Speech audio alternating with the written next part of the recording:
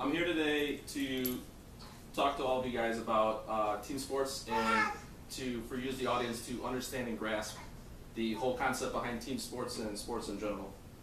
I believe there are four main sports growing in our society today, and those consist of basketball, football, hockey, and baseball. I've been given an assignment to deliver a speech to a handful of people, such as yourselves, who don't know anything about sports in its entirety. So in order for this, I want to do a good job on this speech. There are certain things that I'd have to do and take. But at the same time, how do I go about approaching an audience such as yourselves who maybe has no knowledge of sports? So I've played multiple sports for the last 20 years, growing up competitively, non-competitively, and I've also had the opportunity to coach a few sports throughout my life so far. And so hopefully, as I talk throughout the discussion, hopefully you guys get a bigger knowledge and understanding of everything today.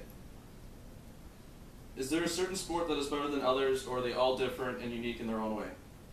Which sport should someone use in their own speech, and which one should you leave out? So we're going to talk about that. Let's say you decide to choose basketball as one of your options. Basketball is a team sport that consists of 5 guys on a team, and there are a total of 10 guys on the court at one time. Basketball is a game of skill, intelligence, heart, and willpower. The goal is to score the basket in the other opponent's basket or hoop as many times as possible until your time is up. The team with the most baskets scored at the end of the game wins. You can then decide, if you're not feeling the game of basketball, you can go on to football as another option.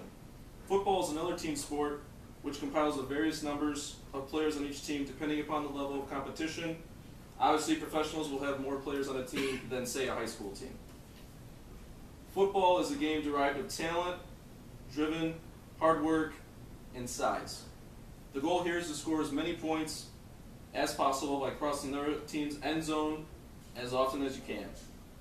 The team obviously then with the most points and/or touchdowns or total points wins the game.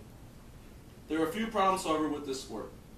Injuries seem to occur quite often and frequently, and they can ruin people's careers, affect their everyday lives, and others they love and care about post-sport. Some people may not be big enough or strong enough to compete, so there's a fear of never being good enough. Self-esteem is considered low, or they're getting to that actual potential. Another option would be the game of baseball, also known as America's pastime.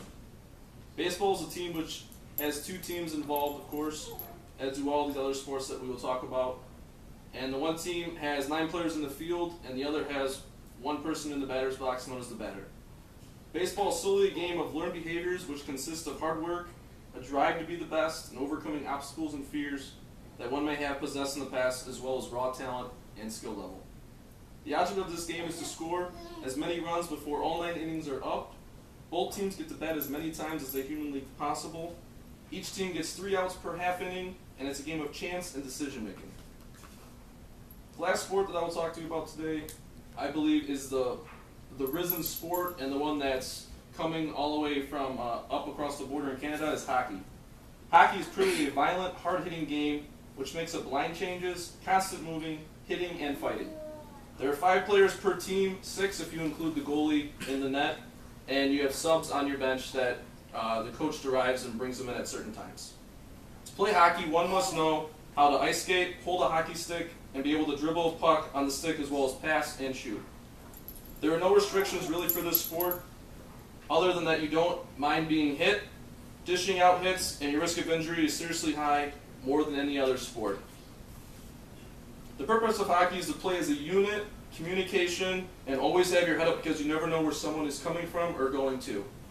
Also, you have to know when to leave and enter the ice is important and crucial. To win, one team has to score more goals than its opponent, but with all these sports, there are penalties and rules to abide by.